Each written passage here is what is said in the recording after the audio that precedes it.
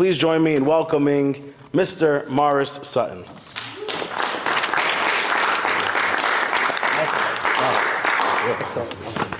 Thank you. So it's a real honor to be able to stand up here and speak to you tonight. It's for me a chance. I could share my life story, but I don't really think that that's what we're here to do. I think what gives me excitement to speak to you, and for some of you hearing me for the second time today. Yes. How did it go today? Was it okay? It was great. Great. I like the one student who said he learned more in in 2 hours on personal finance than he did in 4 years. So I have a couple of passions that I'd love to share with you at some point in my conversation with you.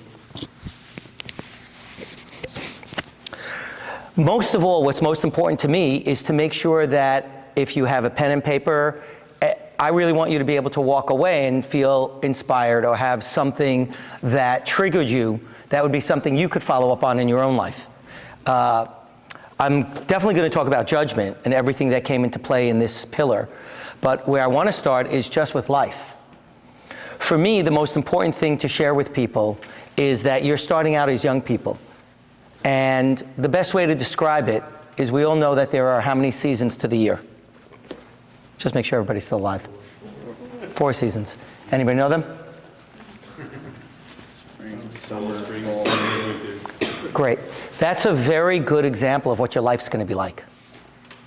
So winter is a tough time.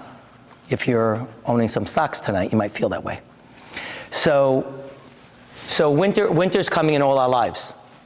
And I think in my life, it came very early in my marriage because I had challenged children as my first children. They're twins. They're great kids, but it's been a very tough journey. Had other challenges after that. Keeping them in a school that we felt comfortable with or finding a Shiva environment for them was very important to us. My children are somewhat nonverbal, so they can't really defend themselves. So we needed to put them with people that we could trust. And when I founded or got involved in the founding of a school that failed, like these are all important things that I want to tell you because my life is what it is, because it's for sure imperfect. I run late a lot. It's for sure very imperfect. But Ironman, just like my life, is all about perseverance and determination. When God takes your children and hangs them over a cliff, you do anything to protect them. And that was how I started, my married life. So I think to share some of that with you, it was a very difficult journey. The first school failed. The second school I was in charge of, so there was no such thing as failure, but it made me pretty miserable. It was very tough fundraising and carrying all the students. I had like 25 students, $40,000 each is $1 million, and the parents wanted to pay like $100,000. So I got left with like $900,000 in commitment and no way to pay the teachers. So it was a very tough journey for a couple of years. It's now morphed into and developed into the Bridge Links Therapy Center, solid financial footing, and we service about 200 children a year with OT, PT, speech, and behavioral therapy. Huge success. It's about 7, 8 years old. But we only got that far because I didn't quit. I didn't quit not because I'm a hero. It's because my kids were hanging over a cliff. So you're going to go through all the seasons. So you can get ready for that. I'm doing an Ironman, God willing, my body stays healthy, in October. Okay, I have a shorter one in 8 weeks in June and a full one in October. I only do them anymore because my son does them with me. So we do them together. So in order to show up at that starting line and be able to persevere through the pain of an Ironman, because it is always difficult, it's all about getting ready. So I think what I wanted to just share with you is life is going to be tough, so you want to get ready. And getting ready is about probably just preparing yourself and knowing that things don't always go your way. Don't feel disappointed. Just find a different way. I have a great friend. She wrote a book called Finding a Way. So the thing I just impart with you is not depression or be upset. It's that winter's coming. So when it's cold out, grab a jacket. That means persevere. Step up. Get out there, put your chest up and say, let's go. I'm going to wake up tomorrow and take on the day. Because there's all sorts of challenges. But next question someone's going to have to answer. What season comes after winter? There you go. Spring's a nice time. Their favorite. So the whole story about the seasons is that your life will go through all the seasons. You'll get your spring, your summer, your fall, you have your winter. I have this parable that I really love, that the trunk of a tree is your character. When you partner with somebody in your life, will be the most important decision you'll ever make, is that represents your character and your fortitude, and the branches become like what gets blown around in the seasons. So I feel like invest in your character, and that's what'll get you through. You know, great partner, and invest in your character, and be prepared for winter. I think life's been great. I don't have regrets. I just have that it's not always so easy. So I think that kind of brings us into judgment in some way. I was reading the material. I don't know if everybody found it interesting, but it's a culmination of everything we have here. And essentially, you know, I thought of some stories, and I thought about some different ideas that I wanted to share with you. Those of you that did all the work, right, if everybody did it, there was the whole Dreyfus affair, right? And in the video, they showed how, and it spoke about that he was convicted, sentenced to jail, went to jail, and what was so interesting to me was that the person that ended up freeing him, which is a difficult 10 years later, was mentioned as an anti-Semite. Anybody notice that? And mentioned as somebody that was not supportive of the Jewish people. And yet they, what is called a scout, right, were able to rise above just the simple discrimination and look out from the top and see the facts and be able to represent the facts. I think as Jews, it's imperative upon us, as we grow, we become parents. You know, I think of it like, you have small things that happens every day, you have medium things, you have big things. You know, it's very easy to get upset in your given day, like it's the road rage kind of thing, or you're on the subway and bad things happen and you get upset and you can't believe somebody cut you off, or whatever it may be. You know, there was one story that I remember on Instagram or something where it says, you know, a father has these kids and they're all wild on the train. You know that story?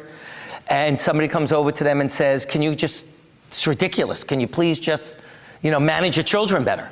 And the guy says, you know, I really feel really bad about that. I'm really sorry. Does anybody know the rest of the story? The mother had died. And they were just coping. So I think the first thing I wanted to tell you was about the seasons and character. The second is that we don't know what's happening in everybody's life. I'm a huge Tony Robbins fan.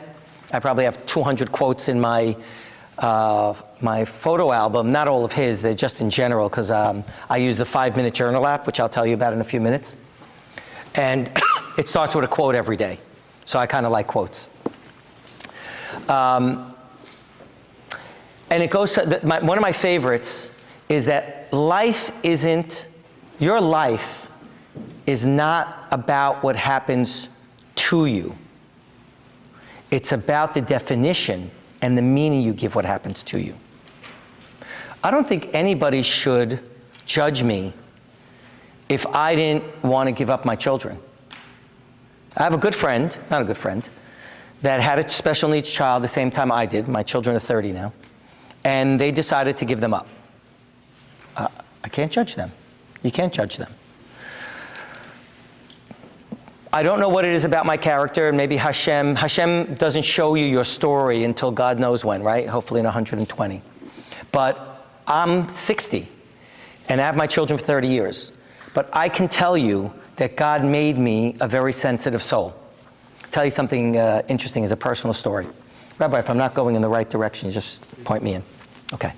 So I pulled out my elementary school yearbook, and it said, life is a bowl of cherries. So I remember high school, I remember elementary school, I remember dinners in my house, which my dad made very formal almost every night. And they'd always say, you talk too much, and I'm too sensitive. So from the time I was young till a much, mature adult, I was convinced that I'm too sensitive. So God made me the way I was, and I learned to use that as a superpower because it makes me different. It helps me relate to people, helps me form great relationships, helps me have good relationships or great relationships with my children. So it took me a long time to get there. The point of it is that I didn't know why God made me who I am, and I probably still don't, but it's a good thing that I have a lot of patience. Those who come to shul with me know that they're with me, my children are with me every Shabbat. And it's not easy. So I go first, I pray first, and I bring them later. It's like everything in my life became about what's good for them, right? So we don't know why God does what he does to us, but you define the meaning it has for you. So a much lighter note, I'll give you the quick story about that, because I got off on a tangent there. So life isn't what happens to you, life is the definition that you apply to it. Everybody got that? It's what you think about what happened to you. They did this to me, or I get an opportunity. Another Tony, life is happening for you, not to you. Right? So how we experience life is really up to us. My parents are, my friends are, this or that. I don't go for any of that. That puts you down. Because the minute you give power to your friends or your social circle, that puts you down. I really believe in stepping up and putting your chest high, and then God will give you better thoughts. I had this problem in my life, and one time I was like, God, I need this, this, or this. And then I said, wait, less of this? No. You know what, God, I got a different idea. I just want more of that. And I talk to God, I do my journaling and Modeh, which I'll explain about in a minute. And God delivers. God's listening to you. So I'll tell you two quick things. All right. So, two people, they're twins, not mine. They're born to a father who's a drunk. Everybody know the story? Come on. Born to a drunk. The first twin becomes a drunk and ends up in jail. And they went to him and asked, why did you end up in jail as a drunk? Why did you end up in jail as a drunk? He's the only one answering. Everybody can answer. Why? I just want to make sure everybody's listening. Why? Because my father was a drunk. Good? Everybody got it? Hands up. A little participation. It'll keep everybody awake. Second, the second son. He became an AA, Alcoholics Anonymous, counselor, saved thousands of lives, and impacted so many people. They asked him, why'd you become an AA counselor? What did he answer? Not Brian. My father was a drunk. Got it? Life isn't about what happens to you. It's about the definition and the meaning you give to what happens to you. I had another one, and I was trying to remember it. That's one of my favorites. I got more, so we'll see where it goes.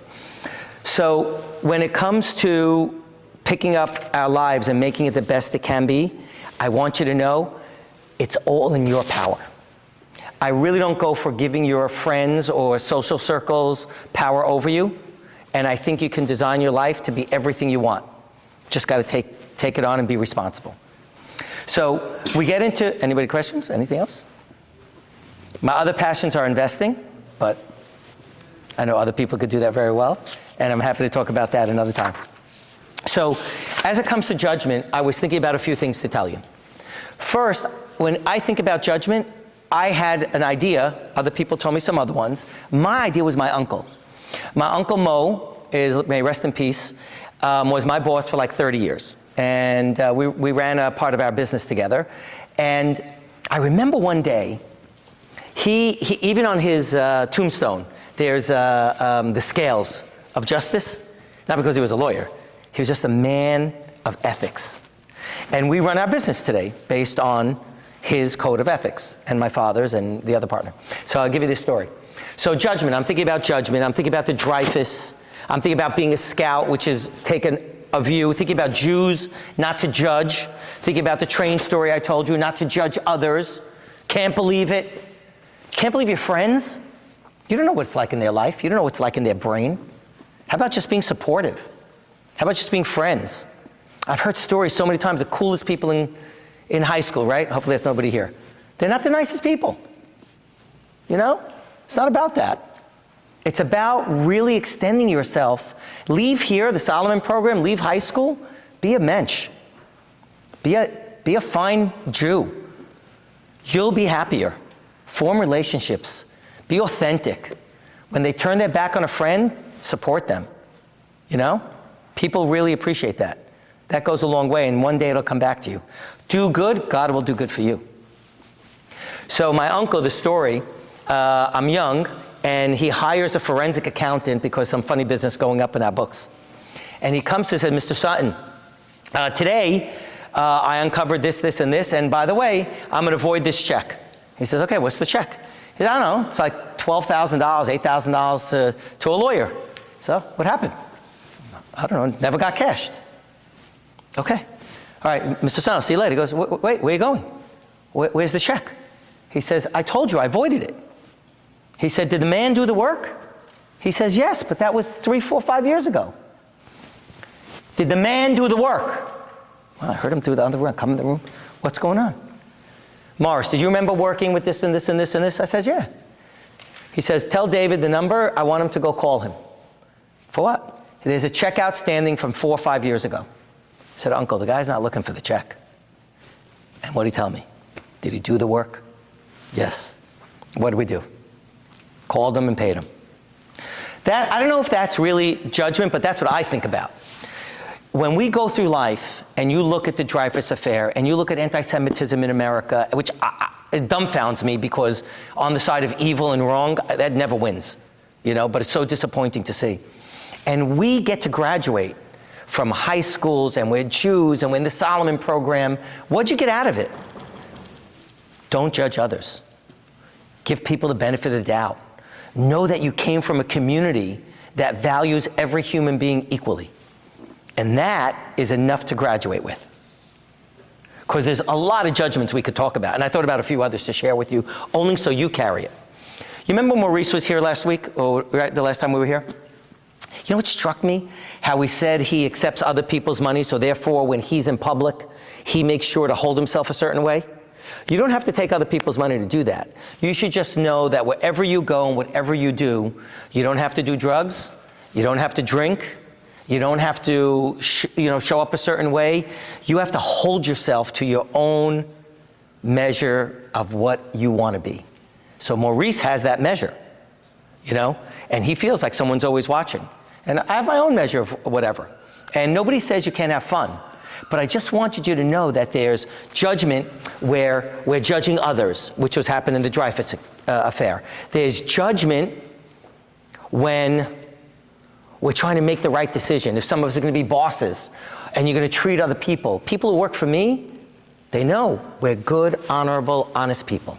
We're not perfect. We're not perfect. But we're good and we're honest and they're proud to work for our company and we're very clearly Jewish. Very clearly Jewish. The other judgment is about actions you'll take as you treat other people. All of that, between yourself, other people, how you hold yourself, how you make decisions, how you have integrity, how you give the benefit of the doubt, you find it. Doesn't this always happen? You get a bill and they left it off the bill or they put it on the bill, right? You know what I always think to myself?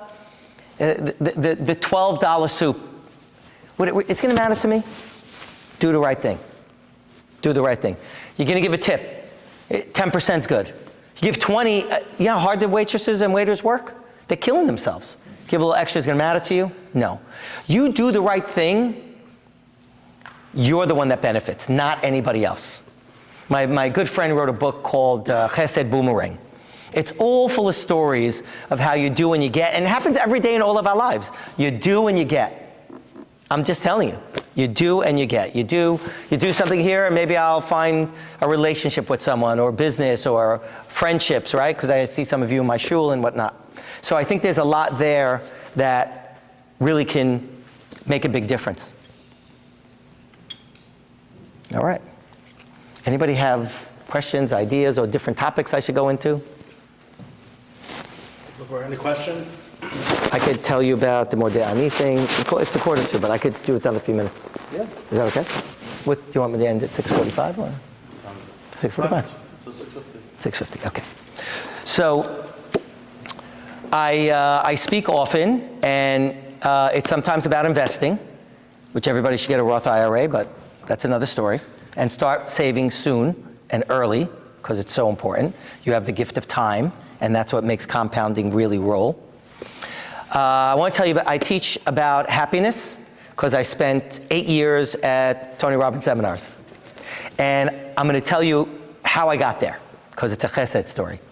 One day, I'm a runner, because I'm a triathlete, right? So I'm walking past or jogging past my friend's house, because I walked someone home from shul, and a friend, DJ Cohen, comes out, and he says, "Hey, Morris, what's doing? I want to go with you. You're walking or running or whatever." Yeah, sure.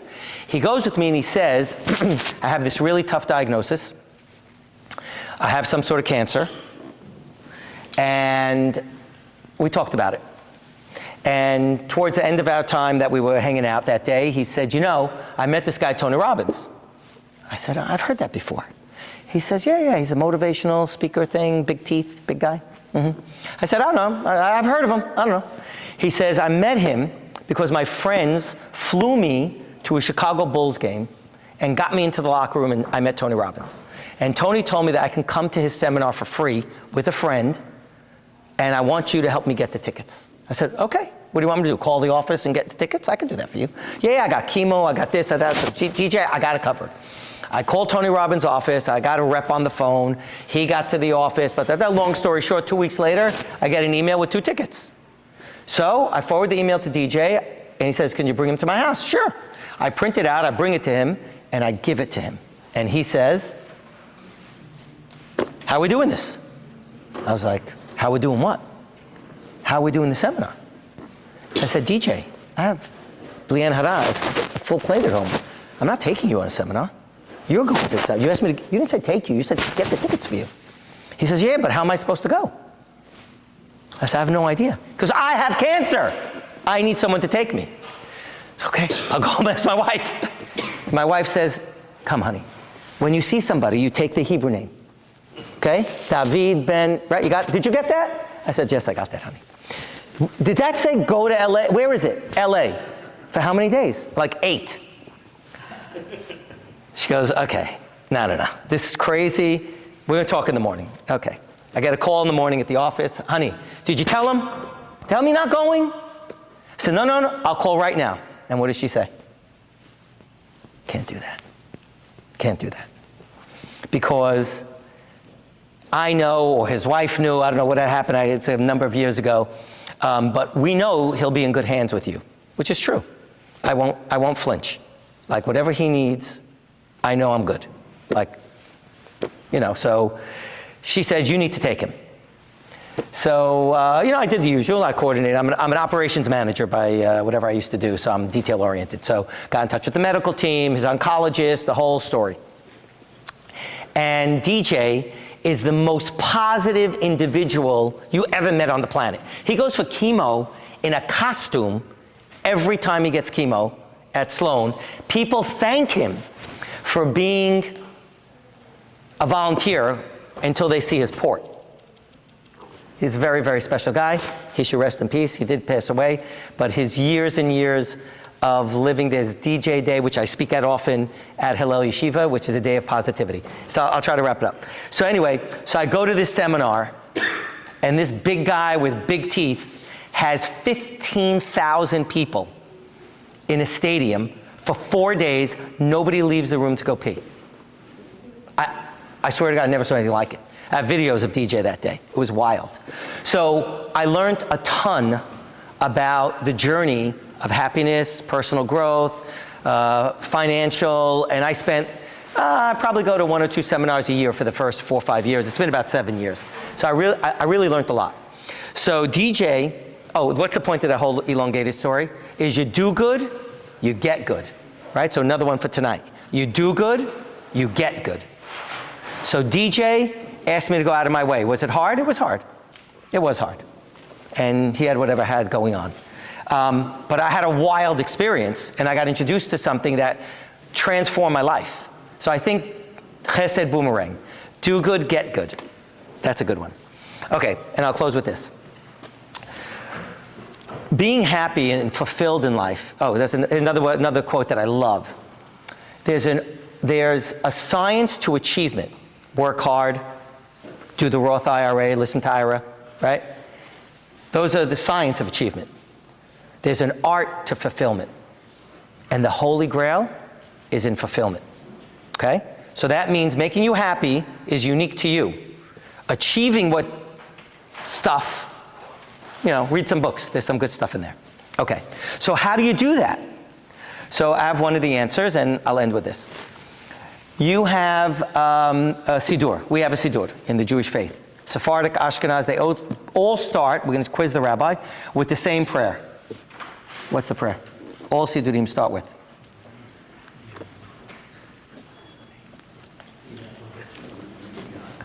The Modeh Ani. The Modeh Ani is a prayer of gratitude. So every morning we're commanded to start our day in gratitude. So science has figured out, aside from doing your back straight and your chest out, I have another great story, but I may not have time for it. Anyway, so you start your day with gratitude. So I have this to tell you, 2 things. Number 1, when you wake up in the morning, if you don't know Modeh Ani, find it, say it, but take 30 seconds to think of 3 things that you could sit with for 30 seconds and thank you, God. And it's simple. I have my life. I was pretty sick last week. I couldn't get out of bed. I can't believe it. I got the Adler's pharmacy bill for the amoxicillin, whatever they gave me. It's like $2.82. And I was like, that's going to make me better. I couldn't get off the floor. It's like crazy, So Baruch Hashem, I do love my kids. Even though there's challenges, they're all awesome. I'm very blessed. I have a woman who wakes up, I'm a little crazy, and she tells me she loves me every day. That's great. I need to tell her I love her every day and not find fault, right? Because we're always criticizing or whatever. So start with Modeh Ani and have 3 things you're grateful for, but spend 10 to 30 seconds thinking about them so you feel them emotionally. There's an app called the 5-Minute Journal. It's 5 minutes. The 5-Minute Journal, I think it's free. And that is a journal that has 3 lines for 3 things you're grateful for, and at the end of the day, 3 things you're grateful for at the end of the day, So that's a great app, because what'll happen is your brain will get wired after 2 weeks that you think through the prism of gratitude. You process problems through the prism of gratitude. That will become your model of the world, and that'll bring you to happiness. That's it. I got one other quick story. Okay, quick story. I was a coach in many sports teams, and my children make fun of me because I don't know how to play sports. Okay, so, and I win. I win the World Series, I won the, whatever that Super Bowl thing is, DSN stuff, So one day my son tells me his high school baseball team is in the World Series, and we're playing some Brooklyn team, and we're going to play in concrete, of course. They have grass in Brooklyn. So I'm coming as a coach. Okay, but they have coaches. No, you're chief psychology officer. Oh, I like that. I'm Tony. Okay, so I get there, and I tell the players, now you're with me, 5 minutes with me. And I tell them, that team, they're no better than you. They're no better than you. But you're no better than them. They are no better than you, but you are no better than them. But there's one way to win. Who wants to know how to win? Everybody wants to know how to win. I said, when you walk on the field, on every inning, you put a cape on your back and an S on your chest, and you walk out there like, I don't even know why you showed up today. And when there's a play, there's only that play. There's not one before, and there's not the one coming. There's only that play. And everybody is zoned in as one unit. There will be a break in the action at some point. And if you do this, you will be victorious. After 9 innings, what's the score? 0 on both sides. They're tired. And I tell them, S on your chest, cape on your back, and stay focused on the play. So, who can write the end of the story? Came down to how many plays? 1. And who won? We did. Because we are winners. And they knew how to show up and play every time the ball was in play. They were present. And they were united. And they were psyched. and they knew that they were the team that came to win that day. So that is the way you go to life, to win every day. Doesn't mean it's easy, but it means you get to be winners. The winning is all is defined by you. So good luck to all of us. I hope that was good.